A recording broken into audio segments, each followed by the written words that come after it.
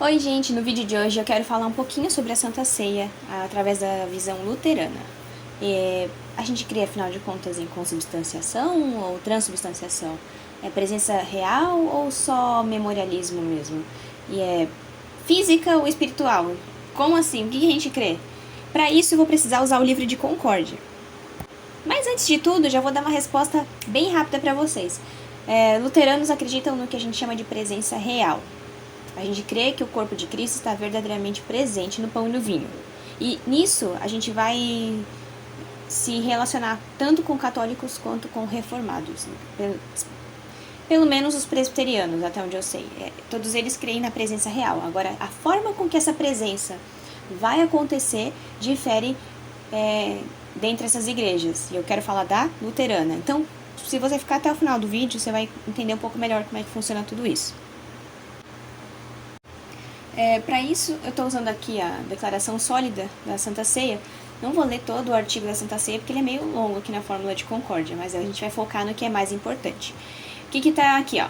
Não queremos, não podemos, nem devemos permitir que nenhum argutos pensamentos humanos, sejam quais forem a aparência e prestígio que possam ter, nos desviem do entendimento simples, inequívoco e claro da palavra e testamento de Cristo, para uma opinião estranha que divirja do que as palavras rezam, mas, de acordo com o que ficou dito, as entendemos e cremos de maneira simples.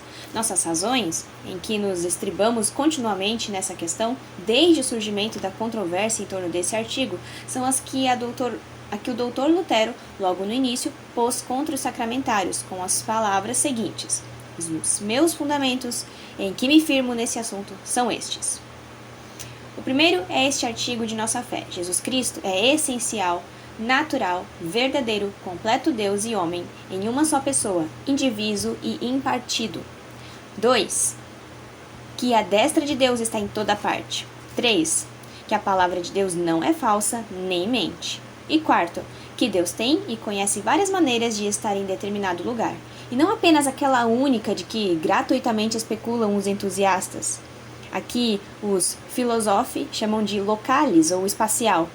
Também, o corpo único de Cristo tem 3 maneiras diferentes, ou todas 3 maneiras de estar em qualquer lugar. Primeiro, o modo compreensível corpóreo comandava corporalmente na terra, quando desocupava e ocupava espaço de acordo com o seu tamanho. Desse modo, ele ainda pode fazer uso, quando assim o quer, como o faz ou fez depois da ressurreição e fará no último dia, conforme diz Paulo em 1 Timóteo 6, a qual, em suas épocas determinadas, há de ser revelada pelo bendito. E Colossenses 3, quando Cristo, que é nossa vida, se manifestar, etc. Segundo esse modo, ele não está em Deus ou junto ao Pai, nem no céu, como sonha o espírito louco, pois Deus não é espaço ou lugar corpóreo. E a isso referem-se os passos aduzidos pelos entusiastas de como Cristo deixa o mundo e vai ao Pai, etc. Ou seja, o primeiro modo é o modo físico ou local, aquele modo em que a gente ocupa um espaço, está debaixo das leis da física e tudo mais. Agora, segundo modo.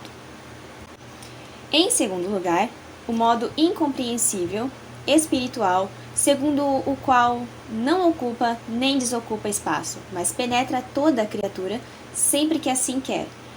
Como, para dar um símile crasso, minha visão penetra o ar, a luz ou a água, e neles está, e não ocupa nem desocupa espaço. Como um som ou tom penetra o ar, ou a água, ou a tábua e a parede, e neles está, e também não ocupa nem desocupa espaço. Outro assim, como a luz e o calor transitam por ar, água, vidro, cristais e coisas semelhantes, e neles estão, e também não desocupam nem ocupam espaço, e muitas coisas similares a essas.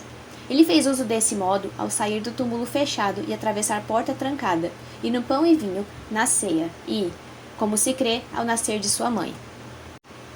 Em terceiro lugar, o modo divino, celeste, visto ser ele uma só pessoa com Deus, modo segundo o qual, evidentemente, todas as criaturas lhe devem ser muito mais penetráveis e presentes do que são pelo segundo modo, pois se por este segundo modo pode estar nas criaturas e com elas de maneira que não o sintam, toquem, meçam ou compreendam, quanto mais maravilhosamente estará em todas as criaturas, segundo este excelso terceiro modo, de jeito que não o medem nem compreendem, senão que, muito antes, ele as tem presentes diante de si, as mede e compreende. Pois esta essência de Cristo, já que ele é uma só pessoa com Deus, deve expô-la longe, muito longe, fora das criaturas, tão longe quanto Deus as transcende, e por outro lado, tão profundo e proximamente dentro de todas as criaturas, como Deus nelas está. Pois é uma só pessoa inseparada com Deus. Onde Deus está, aí também deve estar ele. Ou então é falsa a nossa fé. Mas quem dirá ou conceberá como tal ocorre? Bem sabemos que assim é, que ele está em Deus, fora de todas as criaturas e que é uma só pessoa com Deus. Mas não sabemos como se dá isso. Ele está acima da natureza e da razão, mesmo acima de todos os anjos no céu. Apenas Deus o sabe. Aí a gente tem essa parte aqui também, acho interessante.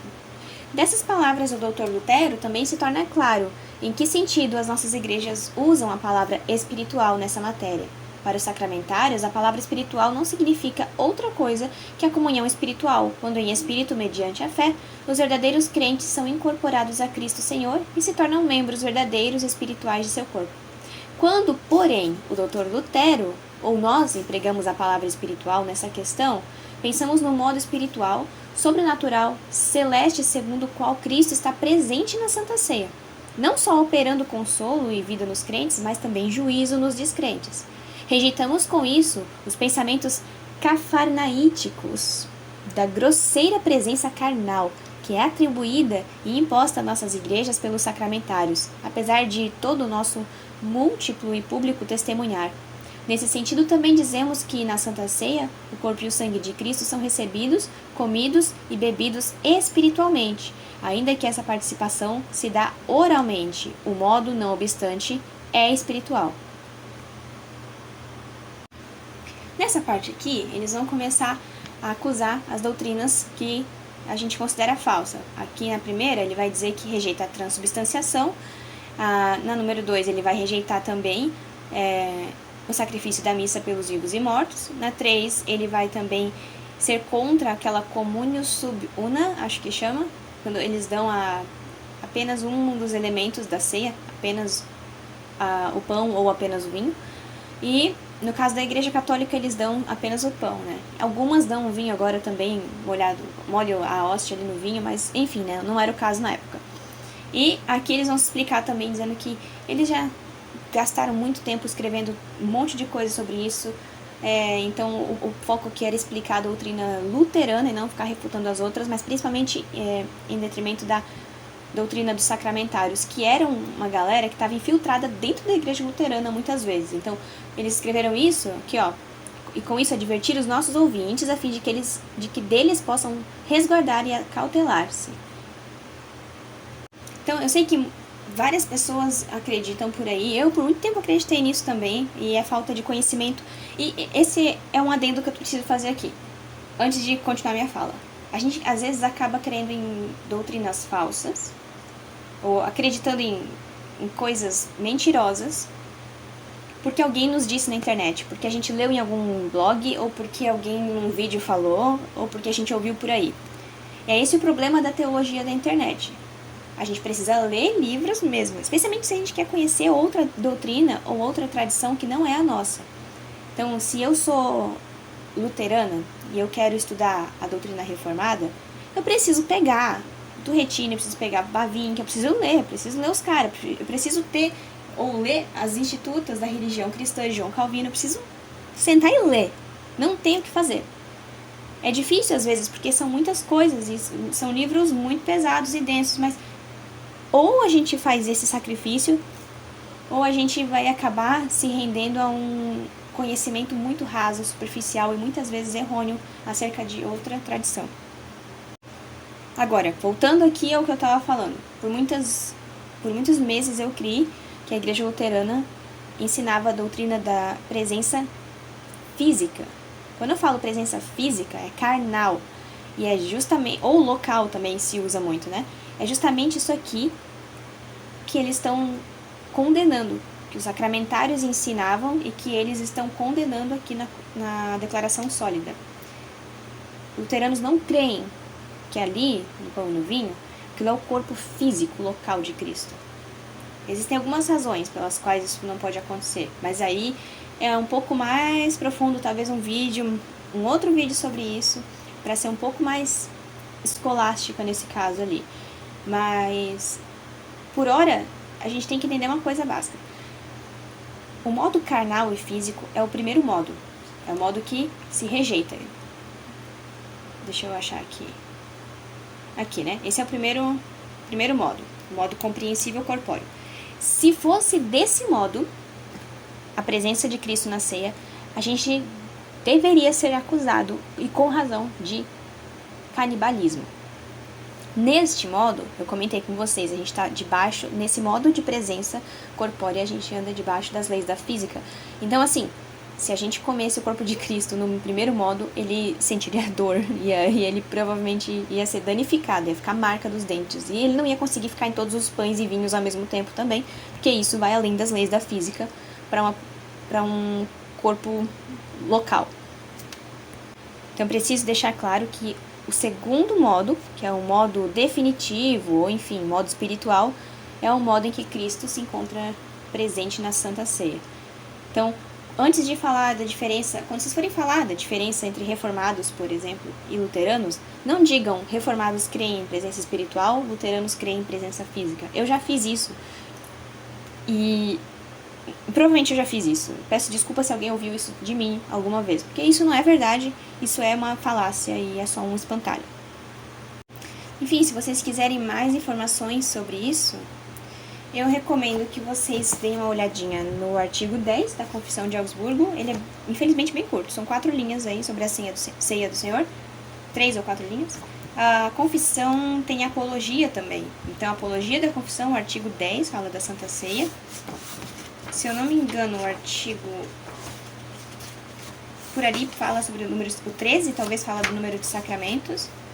O artigo 13, isso. E o artigo de Smalcalde, deixa eu achar.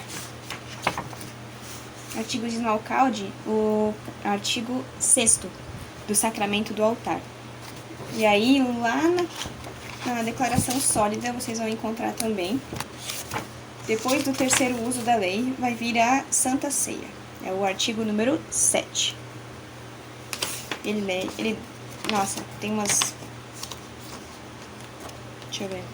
10 páginas. Não, umas 20 páginas, só sobre Santa Ceia. Mais uma vez, peço desculpa pelo ruído de fundo. Meu microfone não é dos melhores e, enfim, tá calor, eu preciso usar ventilador nessa casa.